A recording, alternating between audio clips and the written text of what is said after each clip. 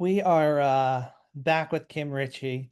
The new album is Every New Beginning, and we just spoke about a couple of songs where communication has become strained. And we just heard a song, A Way Around, where sort of the opposite is happening. It's a song that feels like a hug.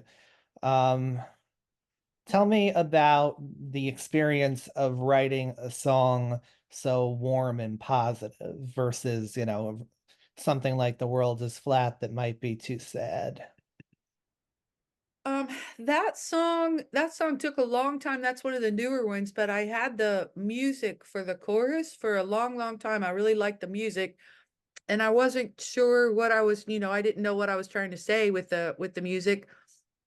And but I knew it's weird. I've never done this before. I had this music and I knew exactly in the song where I wanted the rhymes to fall. They were in a weird kind of place, and I knew I wanted the first line to be the same as the last line of the chorus and all of this stuff. But excuse me, I didn't know what I was saying or, what topic or any lyrics at all. And then the morning, I had Aaron Lee Taston and Brian Wright were coming over to write. And I got up in the morning and I was sitting there. There's this little bench in my house where I don't know, it's the best place for me just to sit and play guitar. And I was sitting on this little bench and the lyric finally came to me and I was so excited about it when those guys showed up to write. So that's how that one started. So when you're talking about difficult communication in other places in the album, how much could things change if, we had more conversations like A Way Around where you're really listening and empathizing? Well, I mean, I think I kind of wrote that course a little bit to myself. I think, I had a friend who I was having some troubles and he said you got to lean into it, instead of trying to avoid and everything, just kind of go into it. And that's what I thought is like you've been looking for a way around this thing that's troubling you when you just have to deal with it and go right through it. So and then I like the part I like how the song says, I know how you feel when you're feeling like that, and it's just nice to have somebody say sometimes like, oh, I get it, I know how you feel, and I'm sorry that you're feeling like that, rather than somebody's giving you advice and trying to tell you how to fix something, which a lot of times when you're not in the best possible place, you don't really want somebody fixing you, you just want to be heard.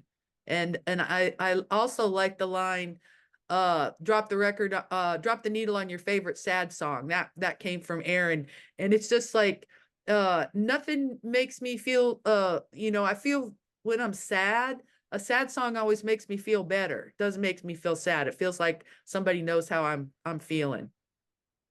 So yeah, empathy between two people helps, but even with that song, you got to show empathy to yourself. Uh-huh. Yep. Do you find yourself experiencing empathy, like, feeling for the person when you listen to someone else's sad song? Is that the magic that makes sad songs work for you? Well, I think it's just when you hear a sad song, you feel like somebody knows how you feel and has been able to put it to music, or, to put it down in words. And I think it's just comforting that way. Yeah.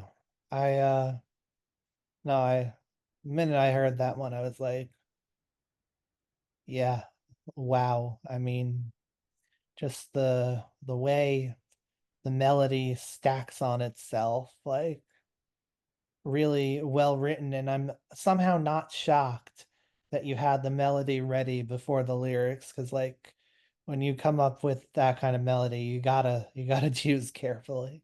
I usually when I'm writing songs, I have friends who start with lyrics, and I don't hardly ever start with lyrics. Every once in a while I'll have a line or something that just comes to mind, and then I'll work around that. But for the most part, I start with a little bit of music. I don't like to have everything all mapped out usually, but a little bit of music just inspires a phrase or something, and then I have to try to figure out like, well, why am I thinking, why am I thinking about that? Why is that in my subconscious or whatever? What's on my mind right now, and then try to make that into a song.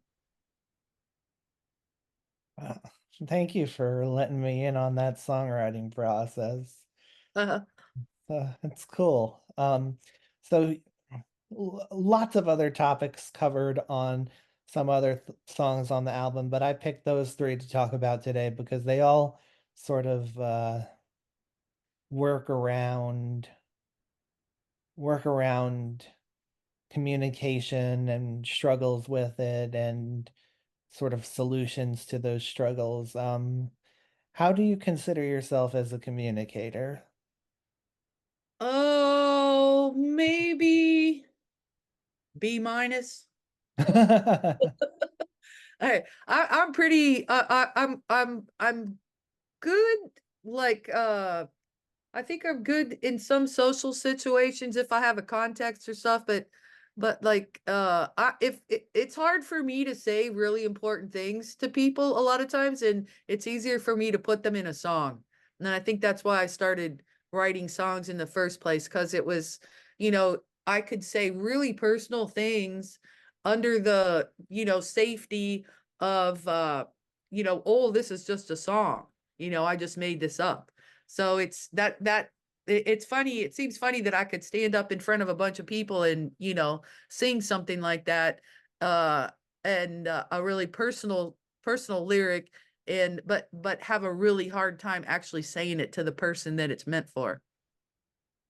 Yeah, that I feel like I would probably have more trouble letting out my, deepest, saddest, angriest feelings in public. Hey, Yeah, but if it it's it. works for you. Yeah, if it's in a song, then you always have the escape route of like, oh no, this isn't about you. This is just a song. I made it up. Ah, I love it. So, I'm so grateful that you were willing to come on the show with me. I've been listening for just about as long as I've been listening to things. Um, yeah, I was born in 92, so having folk music on in the house, you showed up pretty early. So, I always like to end my shows by having the artist pick a song by another person that reminds them of this conversation. So, something about difficult talking or dropping that sad song. Oh, I don't know. You should have given me more warning, Trevor. Let's see I'm here. I'm sorry, that's on me. Oh no, I'm teasing you. But a song about communication. I don't know. Sometimes songs. I'm going to mention a song because it just affected me so much when I heard it, and it's kind of an odd song. It's a cover, Phoebe Bridgers. It's "You Missed My Heart." And for some reason, I mean, it's such a weird song, and it's. I think a lot of it is the melody and the music and everything. It it it makes me feel sad, but in a way, I can't explain it. But that's one of the songs recently that just really hit me. So an old guard of folk like Kim Ritchie into a new alternative version by Phoebe Bridgers. I love it. Yeah, I can't think of the guy's name what who originally recorded the song. But I love both versions, but her version is there's just something about it. Hang on. It was Did you find him? um by Mark Kozalek and Jimmy LaVelle. Yep. All right, let's play some Phoebe Bridgers.